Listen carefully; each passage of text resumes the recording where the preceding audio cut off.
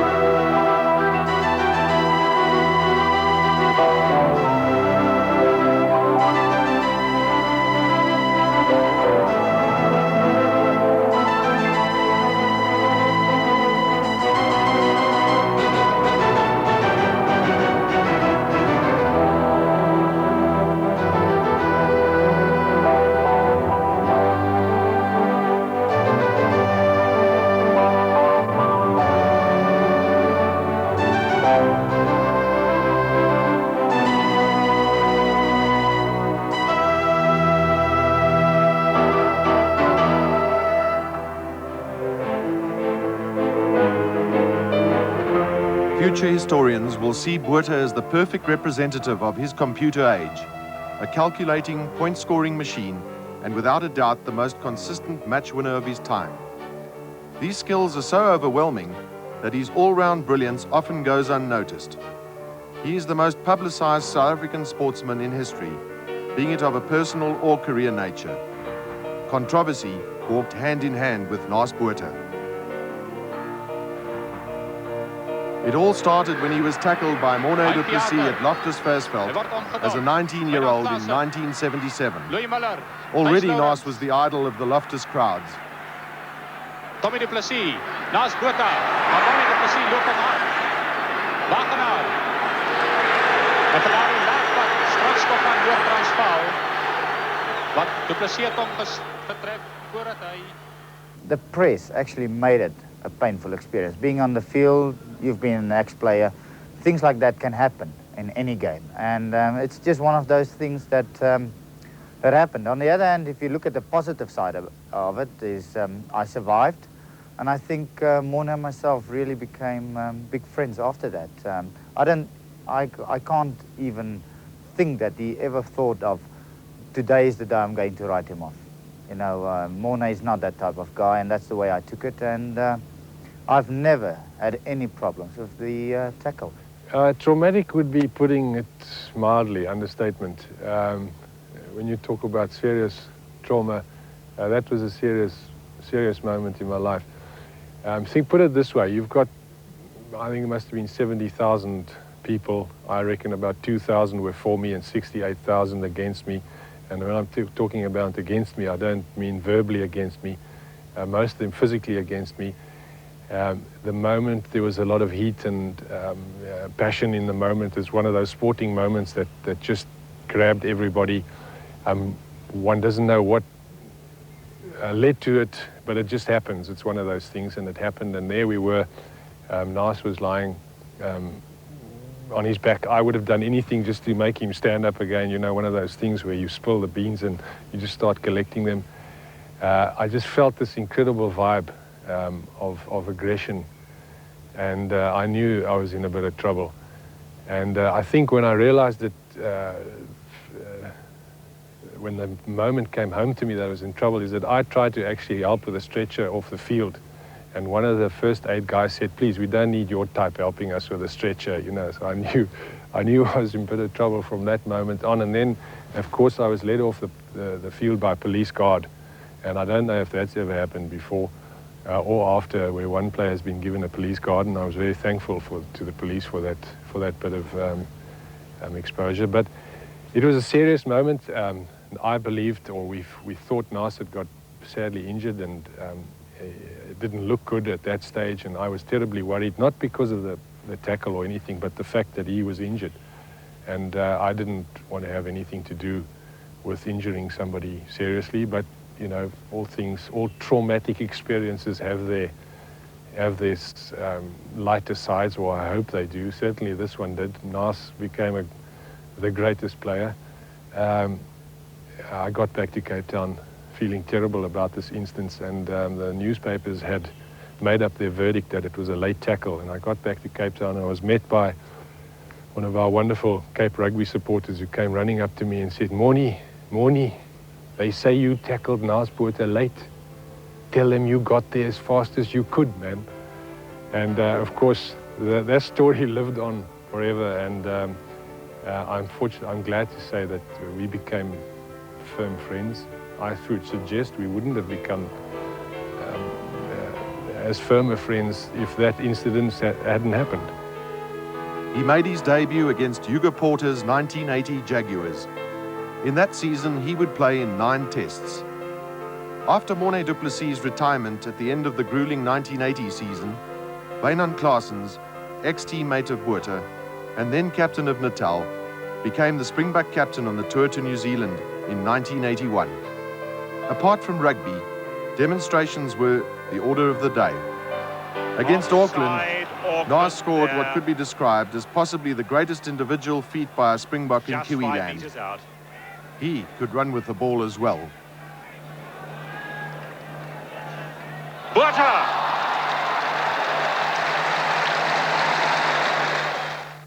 Barry Ashworth is by, hakkie bal uit.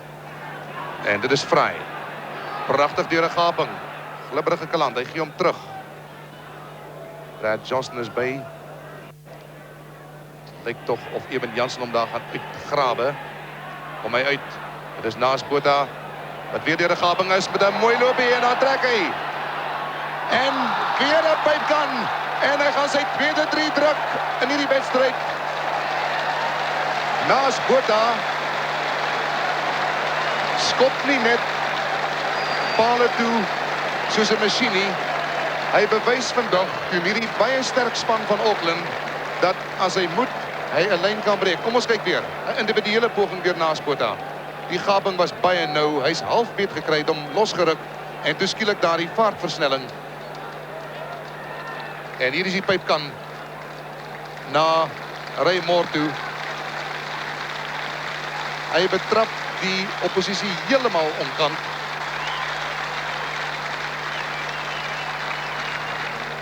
For more than a decade, he had been criticized for his kicking.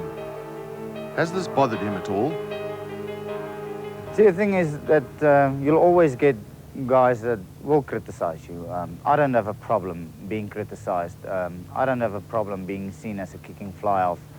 The main thing for me is I go onto the field to win. And, you know, we've scored so many tries through the years that I've played for Northern Transvaal, and it's, you know, it's one thing that it's easy to say, oh, you're a kicking fly-half. But the day when you play a running game, then they don't acknowledge that. So it's not a problem for me. In 1986, he became Springbok captain against the All Black Cavaliers. In the first test, his skills in appalling conditions, once and for all, showed that he truly was a man for all seasons.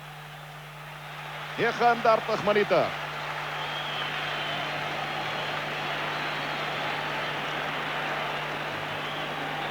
About 7 or 8 meters outside their opponent's 22. That's the 22 line of the New Zealanders in the background. Christopher Ferreira waiting for it. Out to Naas Botha. There's a difficult up and under. Hasn't gone quite far enough forward. And it's allowed to bounce. Michael du Plessis picking it up. In there is Jannie Breert, Christopher Ferreira. Back to Naas Botha. Here's a drop goal attempt coming. And wait for it. The referee's well positioned. It's there. The beautiful drop goal by Naas Botha. And the scores are level. En nou praat die skare, nou.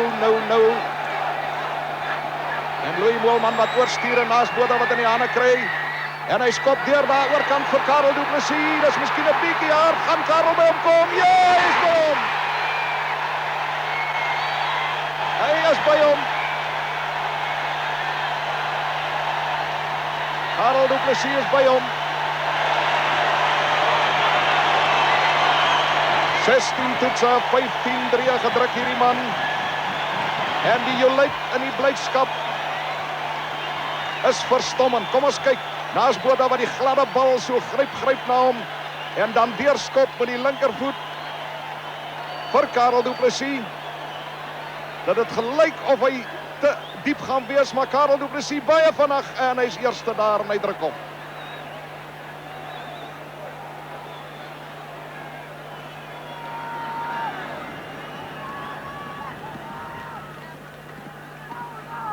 En dat is Dani Gerber wat bal kom hou vas.